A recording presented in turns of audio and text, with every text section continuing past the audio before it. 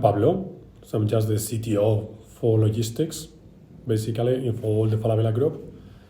So a bit about myself. I'm just a mechanical engineer. I have been working in logistics since I have 16 years old. I worked for HP as a consultant, later Procter & Gamble, and then a 3PL operator. Different roles in the organization, from operations, IT, programming, developer, supply chain manager, transformation manager, and now CTO. And definitely that's a bit of a journey. So I'm just here to speak about different topics that hopefully you might be interested. What is the future of logistics, and how do you think Falabella is getting ready for it? That's a very interesting question. I think logistics is embedded into our own daily activities, even if we don't realize. So we have a phone, we have a coffee, we have food, groceries, a car, and we are moving around, or people is moving things around for us. So definitely logistics is going to change. We want things cheaper, we want things quicker, we want things anywhere, and that means the logistics might change to adjust to the customer desires.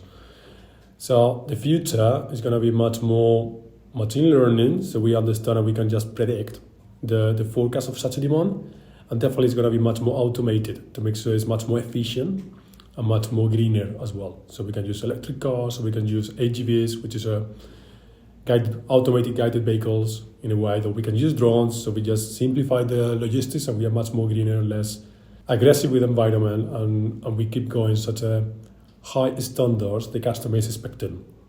What should we expect in 2022? And will cognitive planning and AI-driven predictive analytics be the advanced digital enablers? So we in Falabella, for instance, we have been implementing multi-picking robots or automated systems in the warehouses. So we have AGVs, we have sorters, we have pick-to-lights, we have OSRS, OKRs, we have multiple different systems in there that definitely they are helping in automated systems. We have robots, grey orange, that's gonna keep going in Falabella and the market. And definitely the market is as well seeing how to predict the data, right?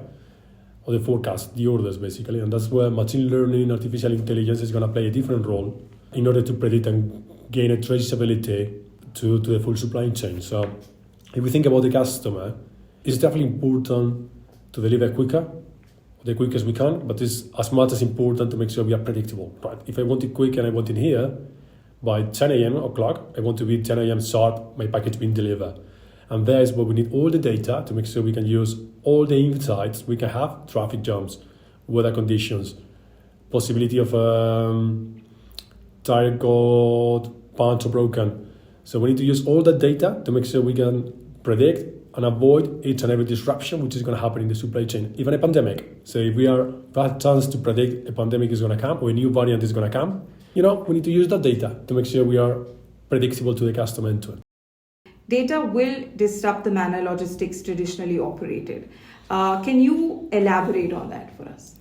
Yeah, I like data. So I think one of the areas most unexplored in the world is data and how the data can change lives. So let's pick one example on how the data can change the customer perception, right? So imagine you and I are neighborhoods, or we live in the same neighborhoods and we are neighbors, right? And to purchase, whatever, and has been given a promise that you might get the package in 3 days from now.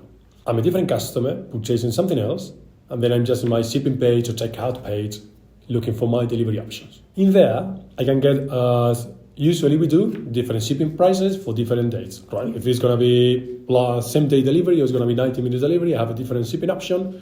Price, if it's gonna be for tomorrow or 2 days or 3 days, I might have different shipping fees altogether. But if I find the data and we know we are neighbors, I can get incentives for me to repick a specific date, making supply chain much more effective overall, right? And that's one example how data can be used to influence the customer. What is your opinion on quick commerce? So I think it's a bumping idea for everyone. It's in the world of every retailer nowadays. I think we have multiple companies doing quick commerce. So we have Rappi, Pedidos Ya, Swiggy in India. Big Basket is as well a bit of a quick commerce in India. Delivery Hero, which is a German company as well, doing quick commerce, and everyone is expecting as well such a velocity in delivery, right? We want things quicker and eventually cheap. And I think that's what they are doing today. They deliver quick and they deliver cheaper.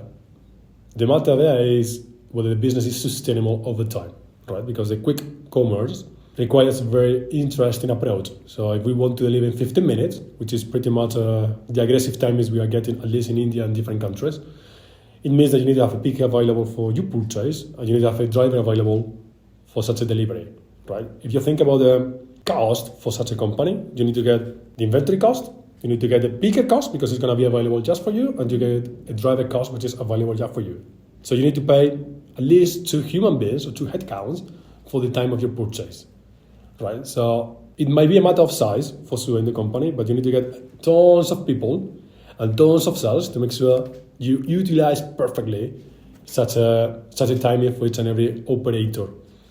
And there was, I believe, is going to be the tricky piece, how the business is going to be sustainable over time. I don't think, and that's my personal opinion as well, I don't think just by the fact of those 2 people and the cost is going to be sustainable. So they might need to look at different ways to monetize such of maybe loyalty programs, a bit of a shipping fees, monetizing the application as well with advertisements or products so they can just get further revenue to make the business sustainable.